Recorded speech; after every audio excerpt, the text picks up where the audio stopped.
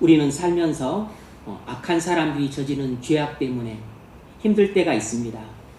잘못한 일이 없는데도 억울하게 누명을 쓸 때가 있죠. 중상모략을 당할 때가 있습니다. 부당한 대우를 받고 모욕적인 말을 듣고 분통 터지는 상황에 직면할 때가 있습니다. 이런 때 어떻게 해야 될까요? 다윗이 바로 이런 상황이 있었습니다. 아무 잘못이 없었지만 사울은 다윗에게 억울하게 반역자라는 누명을 쓰고 도망을 다녀야만 했습니다. 사울은 다윗에게 왕위를 찬탈하려고 한다는 반역자라는 누명을 씌우고 그를 죽이려고 3,000명의 군대를 이끌고 4차례나 추격하러 다녔습니다. 엔기디 동굴에서 3차 추격을 당했고 오늘 본문에 나오는 이 하길라 산에서 마지막 4차 추격을 당하고 있는 상황입니다. 오늘 본문 전체를 통해서 우리가 알 수 있는 한 가지 중요한 교훈이 무엇이겠습니까? 그것은 이것입니다. 완벽한 승리는 복수가 아니라 용서와 사랑을 통해 천국에서 왕노릇하는 것이라는 것입니다. 완벽한 승리는 복수가 아니라 용서와 사랑을 통해 천국에서 왕노릇하는 것입니다. 여러분, 복수하는 것은 악에게 지는 것입니다. 아비새는 다윗의 측근 장수로서 다윗이 사울에게 억울하게 누명을 쓰고 배신당해 고난당하고 있다는 것을 누구보다 잘 알고 있었습니다. 다윗이 구국의 영웅으로서 나라를 여러 차례 위기에서 구한 혁혁한 공을 세웠음에도 불구하고 오히려 사울이 다윗을 죽이려고 했으므로 사울을 원수처럼 여겼습니다. 그래서 한밤중에 모두 잠든 틈을 타 다윗과 함께 진에 침입해서 아비새는 원수 사울을 죽여서 다윗의 복수를 갚으려고 했어요. 8절 하나님이 오늘 당신의 원수를 당신의 손에 넘기셨나이다. 그러므로 청하오니 내가 창으로 그를 찔러서 단번에 땅에 꽂게 하소서. 인간적으로 보자면 배은망덕하고 불의한 배신자요 원수인 사울을 죽여 복수할 수 있는 절호의 기회를 얻었습니다. 사울을 제거하면 모든 문제가 해결될 것처럼 보였습니다. 하지만 다윗은 아비새가 원수 사울을 죽이는 것을 단호하게 제지했습니다. 하나님께서 그가 기름 부음 받은 자를 치는 것을 금하셨다고 말했습니다. 또 하나님께서는 우리가 직접 원수 갚는 것을 금하시고 원수 갚는 것을 여호와께 맡기고 여호와께서 갚으시라고 하셨다는 말씀을 잘 알고 있었기 때문이에요. 우리는 보통 배은망덕을 당하고 배신을 당하고 억울하게 고난당하면 복수하고 싶은 마음이 생깁니다. 이게 사람의 일반적인 본성이에요. 미움과 분노에 차서 당한 것에 내가 100배를 복수하고 싶은 것이 인지상정입니다. 하지만 이건 전적으로 죄성에서 나온 복수심이에요. 이런 복수심은 인간이라면 누구에게도 있습니다. 그런데 문제는 복수가 문제를 해결하는 것이 아니라 더 큰 문제를 야기시킨다는 것이 문제예요. 우리가 증오와 분노에 불타서 복수하는 순간 악으로 악을 갚게 됩니다. 그러면 더 큰 악을 부리게 돼요. 증오는 더 큰 증오를 부르고 복수는 더 잔인한 복수를 부르게 되어 있습니다. 그래서 나도 망하고 너도 망하고 모두가 함께 망하게 됩니다. 복수 혈전은 나도 다치고 너도 다치고 나도 죽고 너도 죽고 내 가족도 죽고 네 가족도 죽고 내 회사도 망하고 네 회사도 망하고 복수로 전쟁을 하죠. 그러면 상대방 나라도 망하지만 내 나라도 망해요. 우크라이나와 러시아가 전쟁을 하고 있습니다. 우크라이나만 망하는 게 아니라 러시아도 망하고 있어요. 그러므로 복수는 악에게 지는 것입니다. 복수는 악으로 악을 갚는 것인데 악으로 악을 갚는 것이 악에게 지는 것이에요. 그래서 바울은 로마서 12장 17절에서 이 점을 말했습니다. 아무에게도 악을 악으로 갚지 말고 모든 사람 앞에서 선한 일을 도모하라. 악을 악으로 갚지 말 것을 신신당부하고 있어요.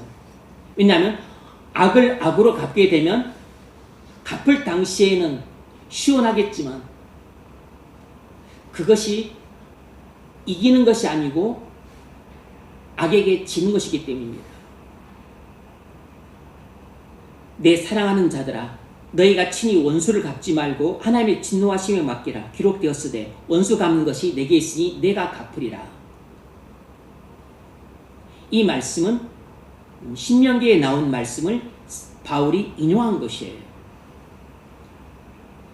다윗은 누구보다 억울하고 분통 터지고 복수할 이유가 많았지만 그가 복수의 칼을 들지 않은 것은 복수의 칼을 들면 자신이 먼저 무너진다는 것을 잘 알고 있었기 때문입니다. 복수의 칼을 들면 자신과 사울 모두가 무너질 것이 뻔했기 때문이에요. 그래서 다윗은 복수의 칼을 들 수 있었지만 들지 않았습니다. 여러분, 억울함을 복수로 풀려고 하면 우린 이미 악에게 진 것입니다. 복수는 문제를 해결하는 것이 아니고 문제를 오히려 더 확대시킵니다. 복수는 문제를 해소하는 것이 아니고 문제를 더 확대시키고 복잡하게 만들어서 모두를 공공에 빠뜨립니다. 그래서 복수는 승리가 아니고 패배입니다. 복수는 나만의 승리고 그리고 상대방의 패배일 것 같지만 사실 복수는 나도 진 것이고 상대도 진 것이고 모두가 진 것입니다. 이 점을 꼭 명심하셔야 됩니다. 왜냐하면 우리에게는 이 죄성에서 나오는 타고난 복수 본능이 있기 때문이에요.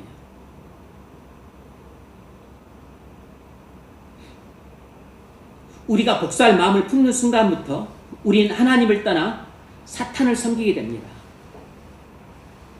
내가 복수를 해야지 하고 하나님이 복수를 금하신 하나님이 계명을 패대기 치는 순간부터 나는 하나님을 주인으로 섬기기를 거부하고 사단을 주인으로 섬기기로 계약을 맺는 것과 똑같은 것입니다.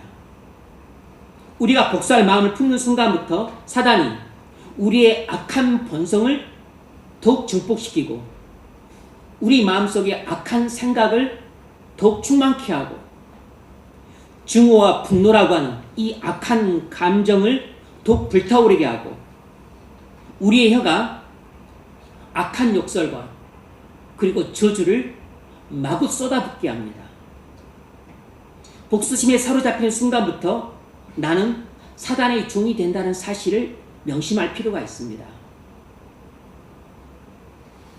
복수라는 소재는 우리의 타락한 본성에 딱 맞는 소재예요.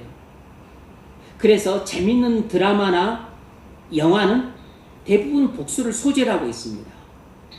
왜냐하면 이 복수극만큼 우리의 타락한 본성을 흡족하게 만족시킬 만한 소재가 흔치 않기 때문이에요.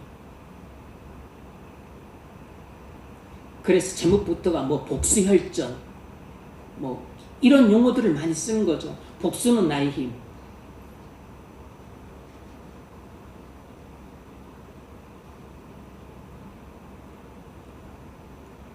그래서 복수는 승리가 아니라 패배입니다. 복수는 사탄에게 지는 것이고 그리고 죄에게 지는 것입니다. 그러므로 여러분, 누군가가 여러분에게 깊은 상처를 줄 때 마음속에 담아뒀다가 언제 기회를 얻으면 내가 복수하리라 이렇게 복수를 노리지 마세요.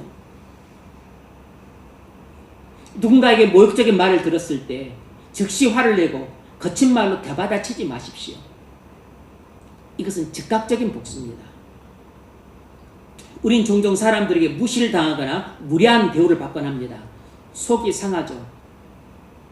그렇게 인격적인 무시를 당할 때 인격적인 경멸감을 느끼면서 우리가 뿜어낼 수 있는 모든 분노와 그리고 증오가 솟구쳐 나올 수 있습니다.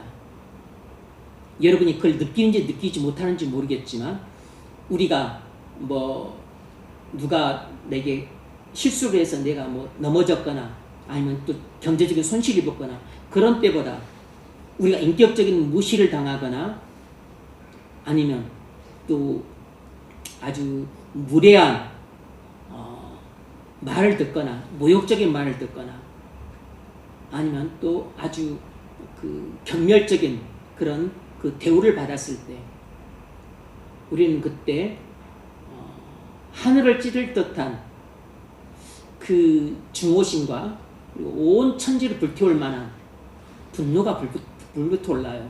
그런데 사람이 교양이 있기 때문에 그것을 잠재우고 표현을 안 할 뿐인 것이에요. 그런데 그런 것들을 마음에 담아두는 경우가 많습니다. 네가 나한테 이렇게 말을 해, 이렇게 대우를 해, 이렇게 처신을 해, 이렇게 대꾸를 하네. 담아두게 되면 자연히 그 사람과 관계가 금이 갑니다. 관계가 멀어지고 그리고 신뢰관계가 깨져요. 나중에 자기도 모르게 복수심이 나타날 때가 있습니다. 말로든지 아니면 또 처신이든지 또 아니면 행동을 통해서 복수심이 표출될 때가 있어요. 우리도 모르는 사이에 나타나기 때문에 조심해야 됩니다. 직장에서 억울한 일을 당했을 때 안갚음하려고 하지 마십시오. 그 대신에 좀 마음을 넓게 쓰십시오. 근데 문제는 내 마음이지만 내가 조절할 수가 없어요. 마음이 좁아지는 것은 내 안에 있는 죄가 마음을 좁아지게 만듭니다. 마음이 넓어지게 하는 것은 내 안에 계신 성령께서 내 마음의 지평을 넓혀주시니까 넓어지는 것이에요. 사실 나는 내 마음을 스스로 컨트롤할 수가 없어요. 많은 사람들이 마음이 좁아 터졌습니다. 좁아 터지다 못해 좁쌀 같고 좁쌀만도 못해 바늘 한 점 꼽을 수 없을 만큼 마음이 좁아 터지기까지 합니다. 마음이 너무나 좁아져서 좁아 터질 지경입니다. 이것은 우리의 죄가 우리 마음을 사로잡도록 완전히 방치해 두었을 때 일어나는 일들입니다. 성령께서 우리 마음을 계속 주장하시고 지배하실 때 우리가 계속해서 순종하게 되면 우리 마음이 넓어지게 됩니다. 마음이 넓어진다는 것은 우리 마음 안에 하나님 나라가 넓어진다는 뜻과 같은 것이에요. 마음이 넓어진다는 것은 성령께서 통치하시는 하나님 나라의 그 지평이 넓어지기 때문에 우리 마음이 넓어지는 것입니다. 이때는 복수할 마음을 접고 다른 사람과 화목을 도모합니다. 그리고 악을 악으로 갚으려 하지 않고 선한 일을 도모하게 돼요. 그런데 마음이 좁아 터지게 되면 그 작은 일에도 복수를 계획합니다. 그러니까 복수는 우리 마음과 관계가 깊은 것이에요. 복수를 하면 반드시 그 사람과 관계가 깨지고 공동체 전체가 불화하게 됩니다. 그래서 복수를 하게 되면 가정에 불화가 오고 직장에 불화가 오고 그리고 교회에 불화가 오고 그리고 나라에 불화가 와요. 그러므로 복수는 모두를 망하게 합니다. 그래서 복수는 악에게 지는 것이에요. 복수는 통쾌하지만 패배입니다. 용서는 답답하지만 승리예요. 용서는 힘들고 어렵고 반응도 더디고 그리고 좋은 곳으로 돌아올 것이라고 하는 기약도 없지만 결국엔 승리입니다.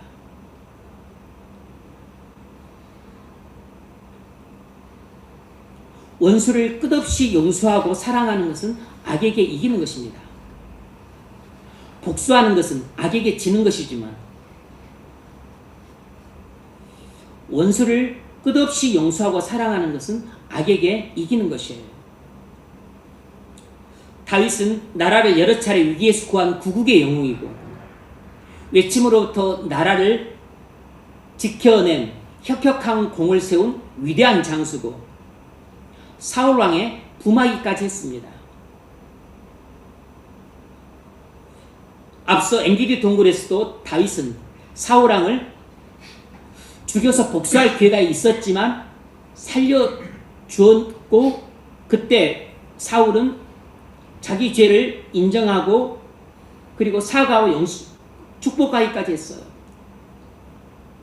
그런데 또 언제 그러냐는 듯이 또다시 이 하길라산까지 또 쫓아와서 지금 사울을 다윗을 죽이러 가고 있습니다. 둘 중 한 사람이 죽어야만 이 싸움이 끝날 것이라는 것을 다윗은 알고 있었습니다. 그럼에도 불구하고 아비새가 원수 사울을 단칼에 죽이자고 했었을 때 다윗은 여호와의 기름 부음 받은 자를 죽이는 것을 여호와께서 금하신다고 말하면서 복수를 금지했어요. 제지시켰습니다. 다윗은 사울을 죽여 복수함으로써 후환을 없애고 싶은 유혹을 떨쳐내고 사울을 멍청이처럼 살려줍니다. 다윗은 자기를 죽이려는 사울을 살려줌으로써 목숨 걸고 용서해줘요. 이처럼 용서는 자기 목숨을 걸어야 됩니다. 왜냐하면 용서해줬다가 도리어 자기가 죽을 수 있기 때문에 그래서 용서가 쉬운 게 아닌 것입니다. 용서를 한다고 해서 그 사람이 자기 잘못을 깨닫고 반성하고 그래서 용서를 구하고 사과를 하고 그리고 또 뭐 배상을 하고 아니면 또 보상을 하고 다 그러는 게 아니에요. 나중에 뉘우치고 반성하며 살고 회개하고 그러는 게 아닙니다. 오히려 일부만 그렇고 상당수는 언제 그러냐는 듯이 또다시 배은망덕한 짓을 하고 또다시 등에 칼을 꽂습니다. 용서해 줬다가 나중에 도리어 죽을 수가 있어요. 그러면 왜 용서를 해줍니까? 오직 용서만이 악에게 이기는 것이기 때문입니다. 용서는 악을 악으로 갚지 않고 악을 선으로 갚음으로써 선으로 악을 이기는 것이에요. 그래서 악을 이기는 방식은 바로 용서뿐입니다. 용서는 악을 선으로 이기는 방식이에요. 이것이 하나님이 악을 이기는 방식으로 우리에게 용서하라고 가르쳐 주신 것입니다.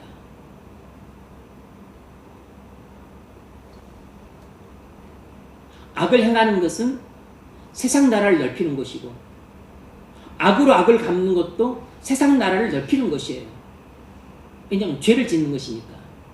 그런데 악을 손으로 갚는 것은 세상을 정복하고 하나님 나라를 넓히는 것이고 용서하는 것은 역시 악을 손으로 갚는 것이기 때문에 주님의 통치에 순종함으로 하나님 나라의 지경을 넓히는 것입니다. 다윗은 칼과 물병을 갖고 다른 산봉우리에 가서 큰 소리로 아브넬에게 외칩니다. 그리고서 아브넬을 꾸짖어요. 이놈 아브네라, 네가 사울 왕의 경호대장으로서 경호를 제대로 해야지. 내가 몰래 진에 들어가서 너희 잠든 틈에 내가 사울 왕의 칼과 물병을 가지고 왔다. 네 뭐하고 있었냐? 이렇게 아브네일 장군을 크게 꾸짖습니다. 보면 좀 어이가 없는 말처럼 들리지만 이것은 사울 왕에 대한 다윗의 진심 어린 사랑과 존경심의 발로예요. 네가 사울 왕을 모시는 장군이고 경호실장이라면 똑바로 경호를 해야지. 아니 제대로 그 경호원들을 세워두지도 않고 잠을 퍼잔다는 게 말이 되냐?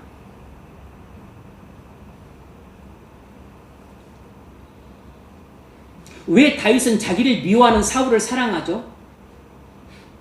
사랑은 미움이라는 악을 선으로 갚음으로써 미움이라는 악을 선으로 이길 수 있는 유일한 방식이기 때문에, 미움이라는 악을 이길 수 있는 유일한 방식은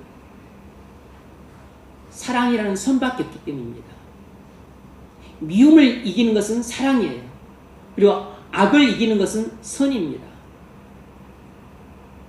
악을 선으로 갚는 것이 비겁한 게 아닙니다. 악을 선으로 갚는 것이 내가 손해보는 게 아니야. 악을 선으로 갚는 것이 지는 게 아닙니다. 용서가 악을 이기는 것이고 사랑이 악을 이기는 것이에요. 용서는 복수라는 악을 이기는 것이고 사랑은 미움이라는 악을 이기는 것입니다. 다윗은 자기를 미워해서 죽이려는 사울을 계속 용서하고 계속 사랑함으로써 복수라는 악을 이기고 미움과 분노라는 악을 이기고 있었던 것이에요. 로마서 12장 20절, 네 원수가 줄이거든 먹이고 목마르든 마시게 하라.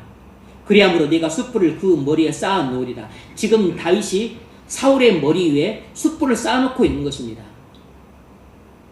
아니 사울이 경호를 아브넬이 부실하게 해야 언제든지 마음만 먹으면 사울 왕을 죽일 수 있죠.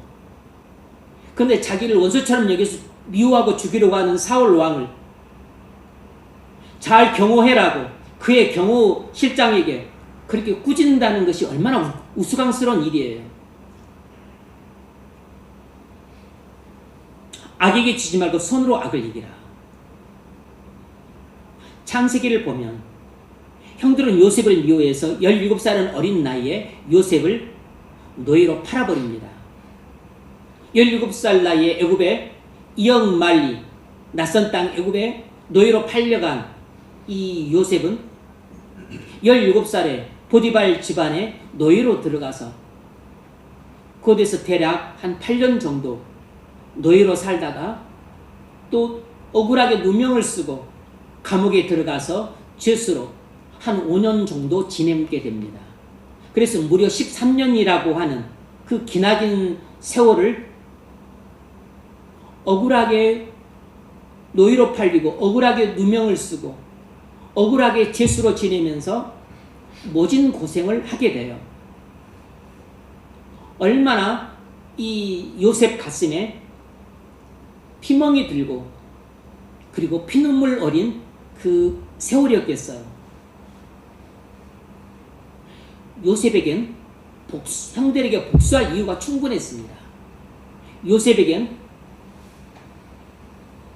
그리고 나서 그의 나이 30살에 바로의 꿈을 해몽함으로 애굽의 총리로 발탁이 돼요. 그래서 이제 양식을 구하러 애굽에 온 형들에게 요셉은 복수할 수 있는 능력도 충분했습니다. 그런데 요셉은 복수할 이유도 충분했고 복수할 능력도 충분했지만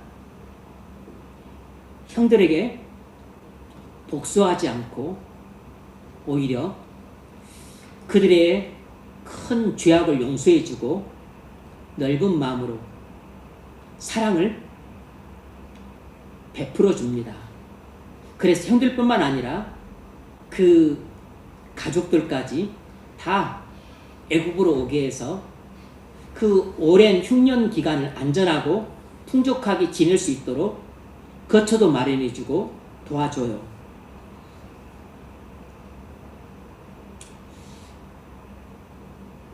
이렇게 요셉은 얼마든지 복수할 수 있는 기회를 얻었고, 그리고 이유도 충분했고 능력도 있었지만 복수하기를 거부하고 오히려 그들의 죄를 용서해주고, 그리고 사랑을 베풀어 주어서 그들의 살 길까지 열어주었습니다. 요셉은 복수함으로써 악에게 진 것이 아니고 용서와 사랑을 베품으로써 손으로 악을 이겼습니다.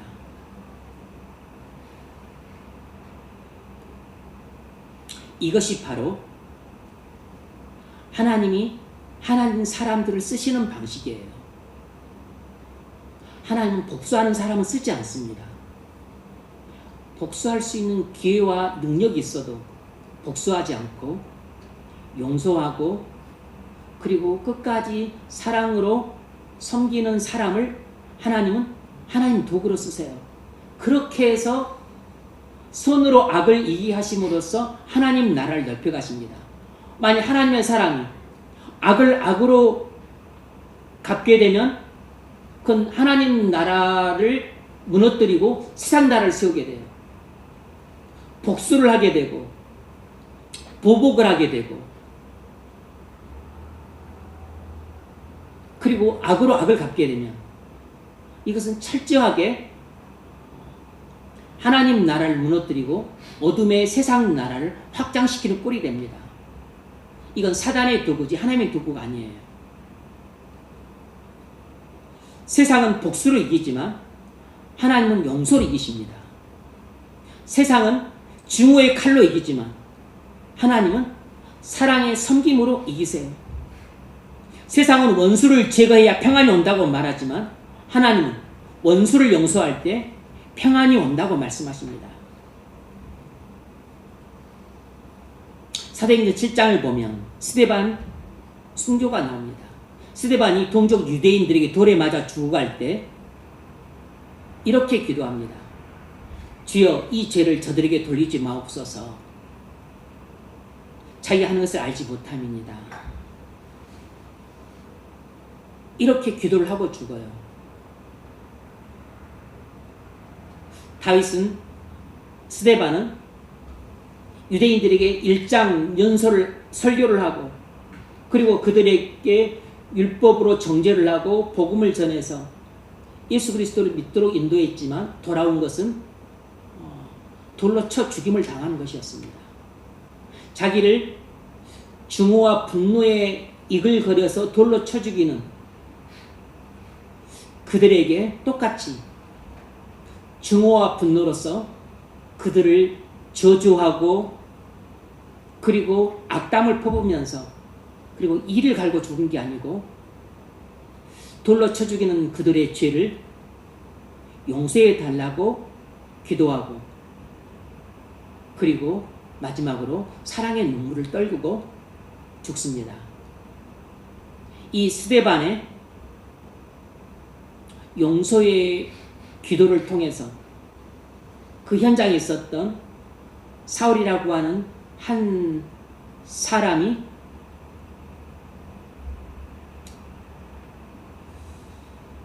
새 생명을 얻게 되는, 씨앗을 뿌리게 돼요.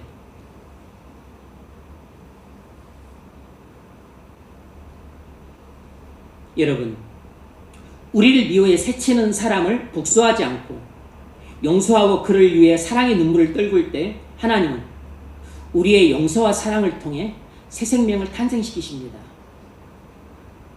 이것은 우리가 알지도 못하는 사이에 일어나고, 그리고 우리가 의도하지 않은 상황에서 하나님 행하신 일들이에요. 만약 우리가 악을 악으로 갚고, 그리고 원수를 죽이고, 그리고 내게 해코지 하는 사람에게 100배로 복수할 때 벌써 내 마음부터 무너지게 되고, 그리고 상대방도 마음도 무너지고 그리고 그의 몸도 가정도 모두가 다 무너지게 됩니다. 그래서 나도 무너지고 너도 무너지고 모두가 무너짐으로써 결국 어둠의 세상만 확장이 됩니다. 사단만 쾌재를 부리게 돼 있어요.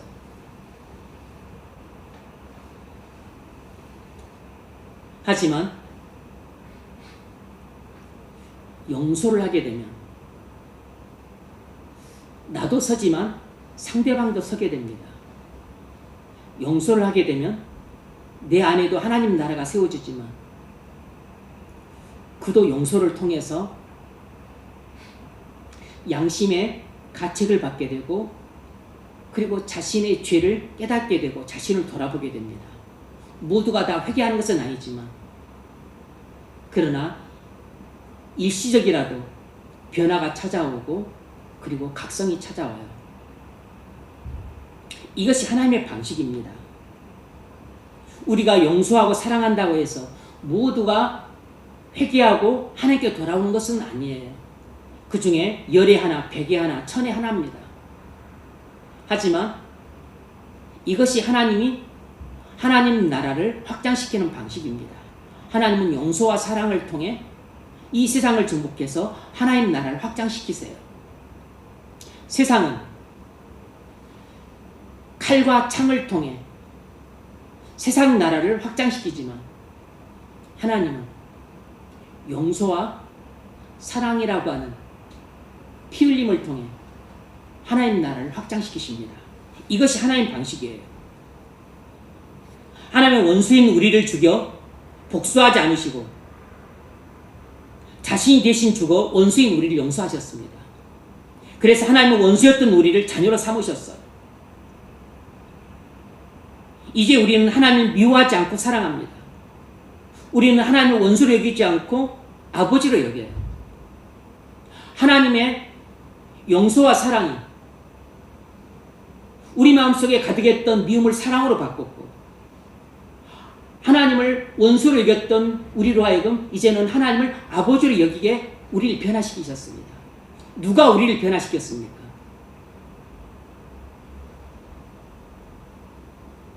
원수인 우리에게 하나님이 복수하셨기 때문이 아니에요. 원수인 우리가 죽을 죄를 지었었을 때 하나님이 원수인 우리를 죽이셨기 때문이 아닙니다.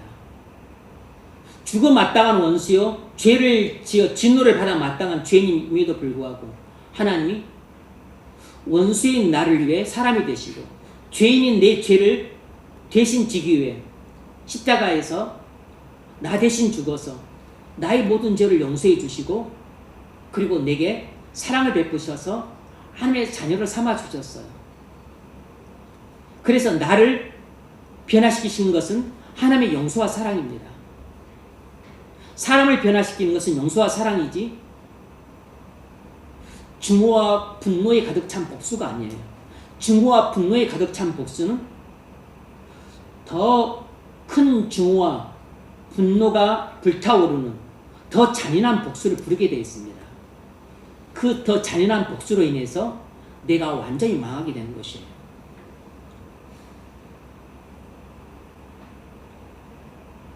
이처럼 용서와 사랑은 항상 악에게 이깁니다.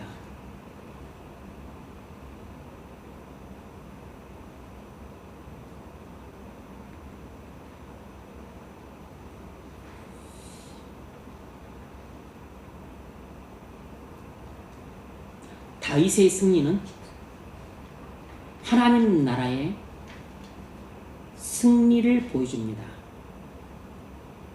요셉의 승리는 하나님 나라의 승리를 보여줘요. 스데반의 승리는 하나님 나라의 승리를 보여줍니다. 하나님 나라의 승리는 세상의 승리와 전혀 달라요. 세상은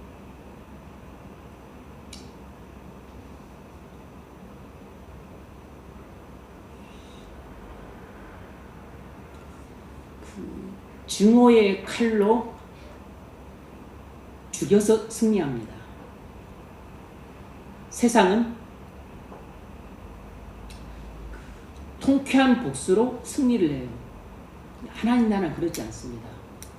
하나님 나라는 복수 대신 용서의 희생으로 승리해요.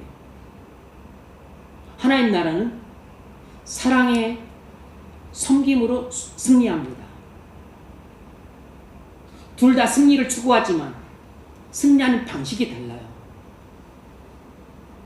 만일 여러분이 증오의 칼로 상대방을 해쳐서 원하는 것을 얻고자 한다면 여러분은 세상적인 승리를 얻을 뿐 하나님 나라의 승리를 얻지 못해요. 그것은 결국 여러분의 영혼을 무너뜨립니다.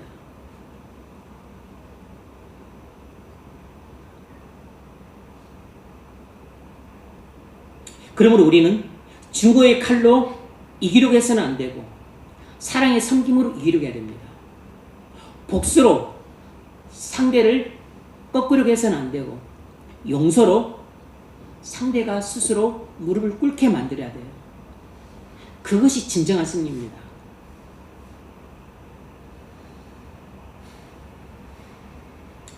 이런 승리가 바로 예수 그리스도께서 성육신과 십자가를 통해 이루신 구속의 승리예요. 주님은 용서와 사랑을 통한 승리의 길을 걸어가셨습니다. 우리는 주님 안에 있기 때문에 주님이 걸어가시는 길을 걸어가는 사람들이에요. 그러면 우리도 주님 안에서 주님이 걸어가신 그 길, 용서와 사랑을 통한 승리의 길을 걸어가야 됩니다. 바로 이 방식을 통해서만 우리 안에 하나님 나라가 확장이 되고 그리고 이 땅에 하나님 나라가 건설이 됩니다.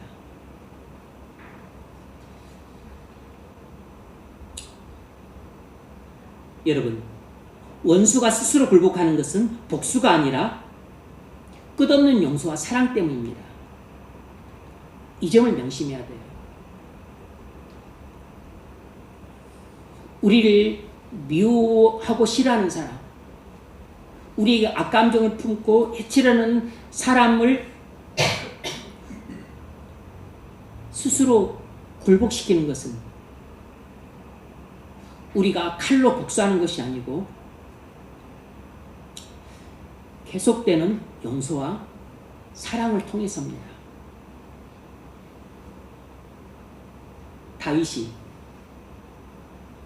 일전에 엔게디 동굴에서도 사울을 죽일 수 있었지만 죽이지 않고 살려 주었는데 이번에 또 하길라 산에서도 자기를 죽일 수 있었지만 또 살려 주었어요. 그러자 사울이 멀리서 들려오는 다윗의 목소리를 듣고 또 울면서 또 애원을 합니다. 내 아들, 네가 내 아들 다윗이냐? 또 그렇게 미워하면서 또 자기 아들이래. 내 아들 다윗이냐? 내가 잘못하였도다. 내가 죄를 범했다. 내가 어리석은 짓을 했다. 이러면서 자기 죄를 인정하고 그리고 안타까운 마음으로 사과를 합니다. 그러자 다윗이 자기 무죄함을 호소하고 그리고 자기는 정말로 사울을 해야 할 마음이 없고 진심으로 사랑하고 존경한다는 그 마음을 표현을 해요. 그래서 칼을 가져가라고 합니다. 그러자 사울이 다윗을 온 마음을 다해 축복합니다. 네가 승리하겠고 네가 옳고 네는 반드시 잘 될 것이다. 형통하게 될 것이다. 이렇게 다윗을 축복을 해요.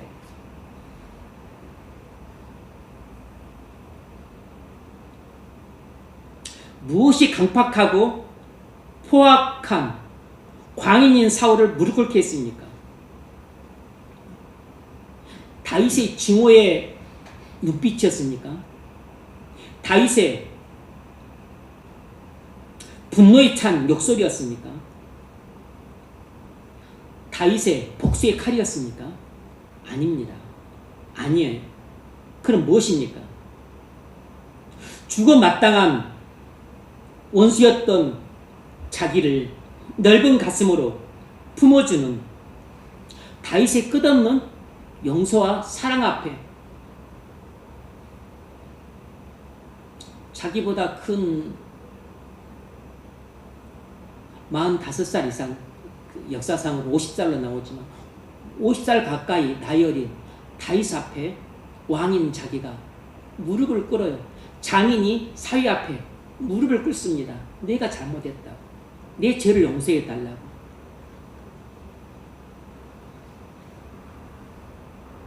누가 나이가 50이나 많은, 지금 이제 나이가 큰 80 가까이 되었어요. 사울의 나이가 지금 80에 가까운 그 먹은 사울 왕이 다윗의 그 넓은 가슴에서 나오는 용서와 사랑 앞에 무릎을 꿇고 눈물을 흘리면서 자기 잘못을 인정합니다. 그리고 축복을 해요.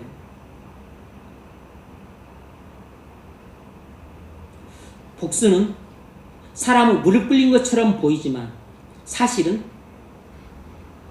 오히려 상대방 마음속에 분노에 찬 복수의 칼을 갈게 만듭니다. 하지만 진정한 용서는 사람의 화인 맞은 양심조차 깨우고 강팍한 마음도 녹이고 결국엔 그 극악무도한 악인도 스스로 굴복하게 만듭니다.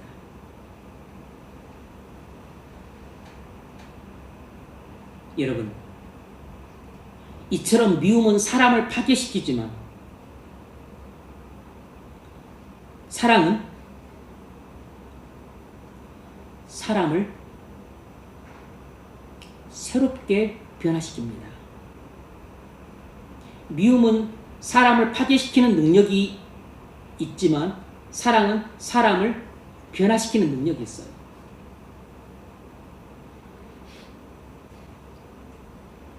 복수는 더 큰 복수를 불러요. 하지만 용서는 증오와 분노에 찬 그 복수를 끊게 만들고 그리고 서로 화목하게 만듭니다. 그래서 자기 죄를 깨닫고 용서를 구하고 그리고 회개케 만드는 것은 용서와 사랑이지 복수가 아닙니다. 그래서 하나님은 우리에게 절대로 우리가 스스로 우리가 개인적으로 복수하지 말도록 금시켰습니다. 복수는 하나님이 섭리적으로 하도록 하나님 주권에 맡기라고 하셨고 우리에게 하라고 하는 것은 이렇게 하라고 하셨죠. 주님이 이렇게 말씀하셨어요. 원수를 사랑하고 너희를 핍박하는 자를 위하여 기도하라. 우리는 원수는 복수해야 시원하고 우리를 핍박하는 자에 맞서서 우리도 똑같이 싸우고 치고받고 맞서 싸워야 된다고 생각하는데 주님은 우리 본성과는 전혀 다른 말씀을 하셨어요. 원수를 사랑하고. 무슨 말이죠? 원수한테 복수를 해야 되는데 원수의 죄를 용서하고 사랑하라는 것입니다. 그리고 핍박하는 자에게도 우리가 복수를 해야 되는데 핍박하는 자를 위해서 기도하라는 말은 용서하고 사랑하라는 뜻이에요. 결국은 원수를 복수하지 말고 용서하고 사랑하라는 것입니다. 이것이 주님이 산상설교에서 우리에게 강조해서 하신 말씀이에요.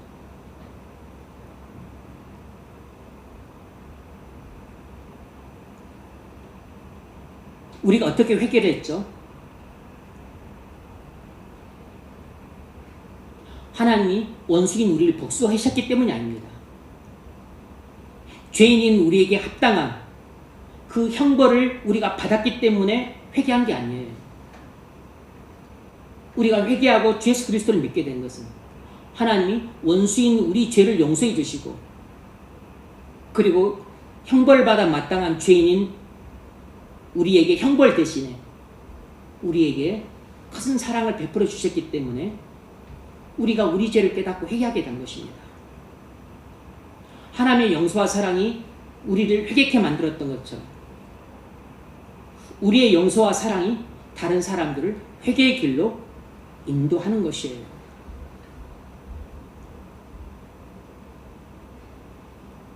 우리가 누군가를 회개케 할 수는 없습니다. 하지만 우리가 누군가에게 용서와 사랑을 베푼다면 그를 회개의 길로 인도하는 것은 됩니다. 스데반의 그 죽어가면서 했던 용서의 기도가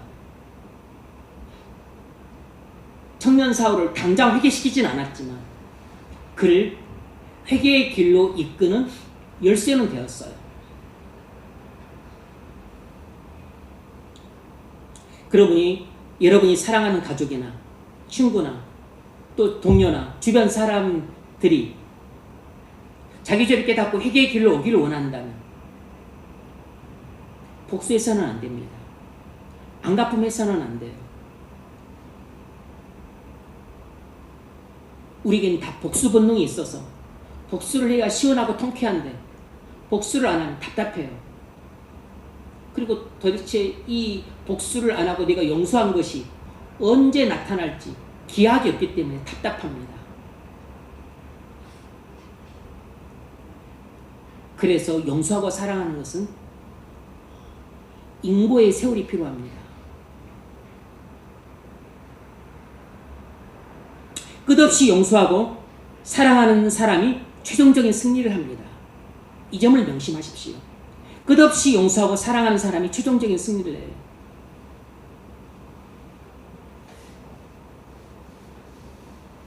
다윗은 끝까지 사울을 죽이지 않았습니다. 계속 용서하고 사랑했습니다. 결국 누가 승리했습니까? 사울이 아니라 다윗이 승리를 했어요. 결국 사울은 하나님의 심판에서 브리셋과의 전쟁에서 전사했고 하나님은 다윗을 지켜주셔서 결국 그의 나이 30살에 유다 왕이 되었고 37에 이스라엘 왕으로 추대가 되었어요. 다윗이 사울과의 싸움에서 완전히 승리한 것입니다. 그래서 다윗은 하나님 마음에 합한 자로 인정을 받으며 살았습니다. 그래서 다윗의 일생은 승리하는 일생이었어요. 그러나 진짜 승리는 이게 아닙니다. 다윗은 그의 인생에서도 최종적인 승리를 했습니다. 시편 17편 15절을 보면 다윗이 이렇게 노래합니다.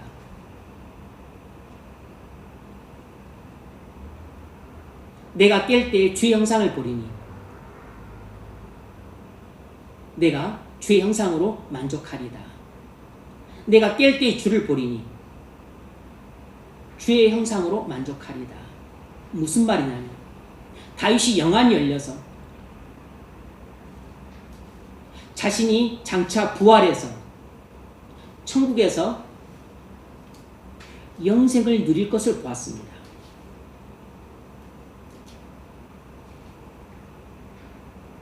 다윗은 장차 자신이 부활해서 천국에서 영광 가운데 살게 될 것을 계시로 보았어요. 이것이야말로 다윗이 거둔 최후의 승리입니다.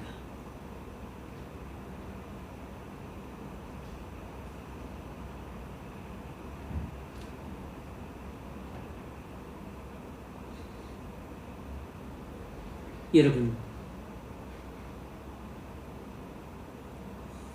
우리가 끝없이 용서하고 사랑하는 사람으로 살아야 되는 중요한 이유가 바로 이 최종적인 승리에 있습니다.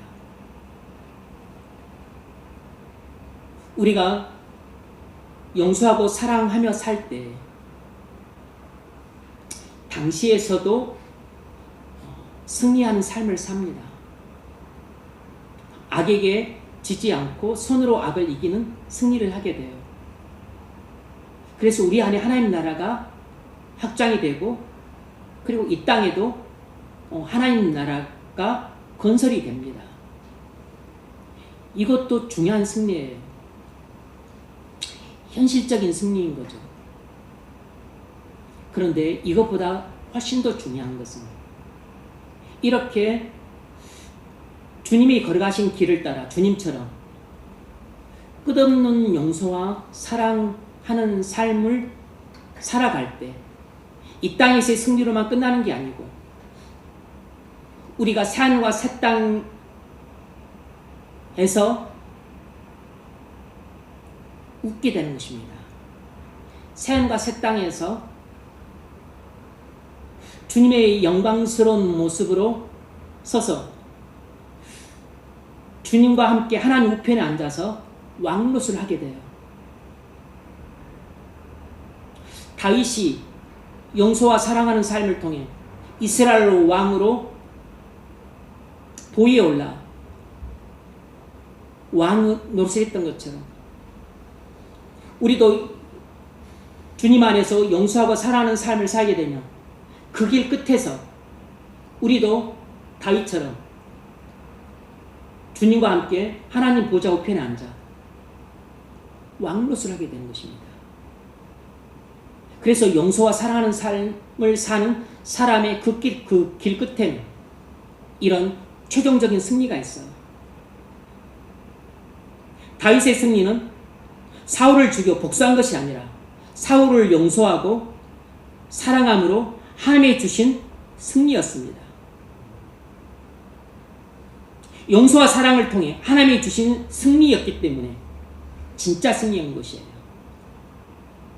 우리가 칼로 거둔 승리, 복수를 통해 거둔 승리, 증오와 분노를 퍼부어서 내 복수 본능을 만족시키는 승리는, 그건 승리가 아니라 진정한 패배예요.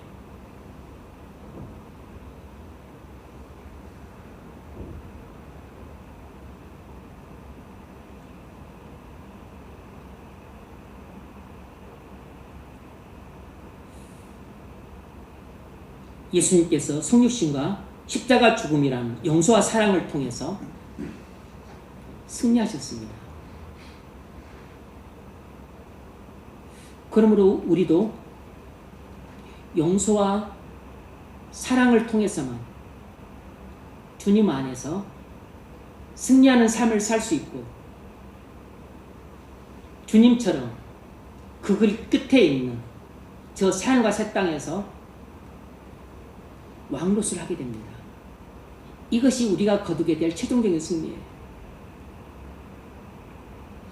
예수님은 원수를 사랑하셨고, 조롱하는 자를 용서하셨고, 못 박는 자를 위해 기도하셨습니다. 그 결과로 부활이라는 승리를 거두셨어요. 최종적으로 하나님 보좌 우편에 앉으셔서 만왕의 왕이 되셨습니다.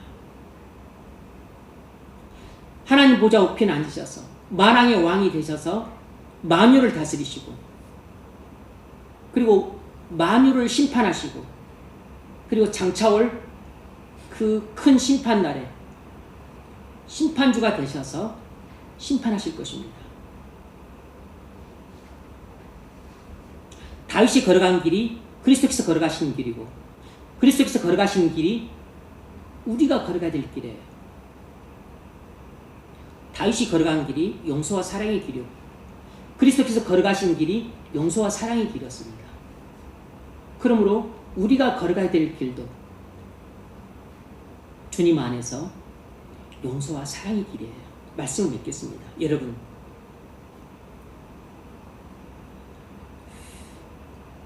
여러분의 인생에도 사울 같은 사람이 곁에 있을 겁니다.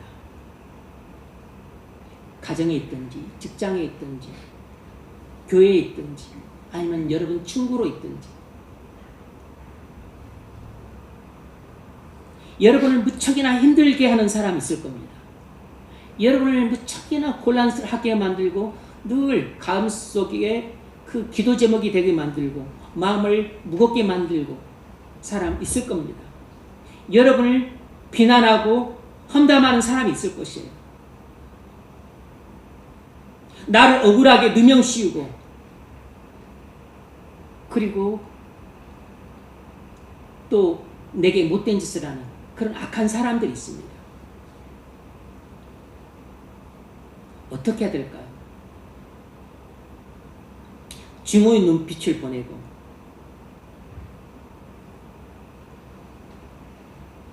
분노에 가득 차서 거친 욕설을 내뱉고 그리고 속으로 저주하고 그리고 복수의 칼을 벼르고 쓰다가 기회를 얻으면 내가 그럴 능력이 생기면 시원하게 복수를 해야겠습니까?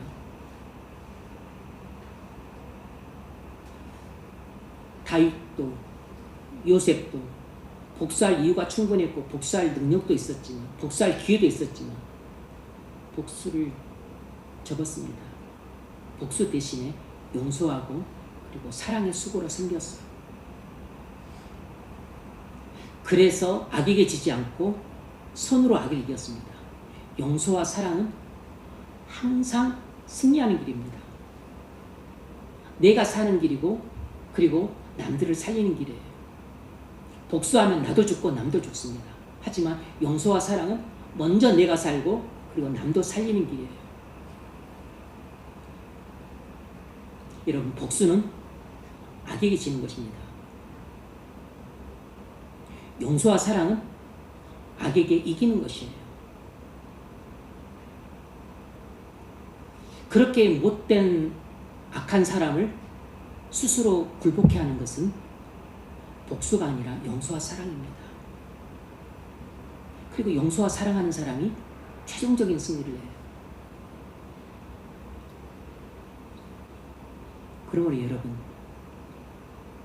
아무리 억한 심정이 있고 억울하고 답답하고 그리고 분통 터지고 그러다 할지라도 주님이 여러분 안에서 왕노릇하면 그 분통 터지는 것 해소가 되고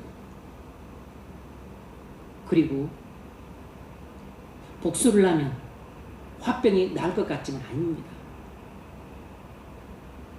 정말로 여러분 영혼을 살리는 것은 용서하는 것입니다. 그리고 미움이 가득하면 일단 내 마음 안이 완전히 어둠의 나라가 되고 그리고 사단의 나라가 돼요. 나부터 지옥이 됩니다. 마음속에 미움과 분노가 가득하면 내 마음이 천국이 아니고 지옥이 돼요.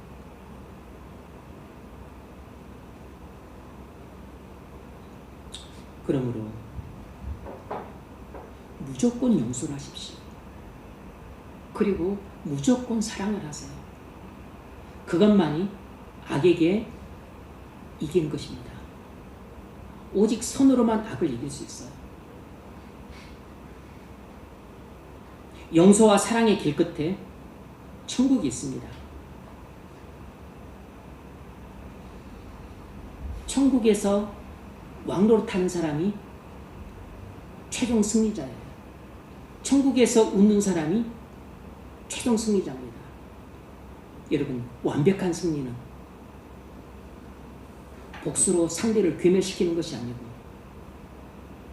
용서와 사랑을 통해 천국에서 왕노릇하는 것이에요. 용서와 사랑의 길을 걸어가심으로써 이 땅에서도 승리하는 삶을 사시고 그리고 저 천국에서도 주님과 함께 왕노릇함으로써 최종적인 승리를 거두시길 바랍니다. 용서와 사랑은 우리에게 완벽한 승리를 가지고 줍니다. 이런 복된 승리의 삶이 있기를 주의 이름으로 축원합니다.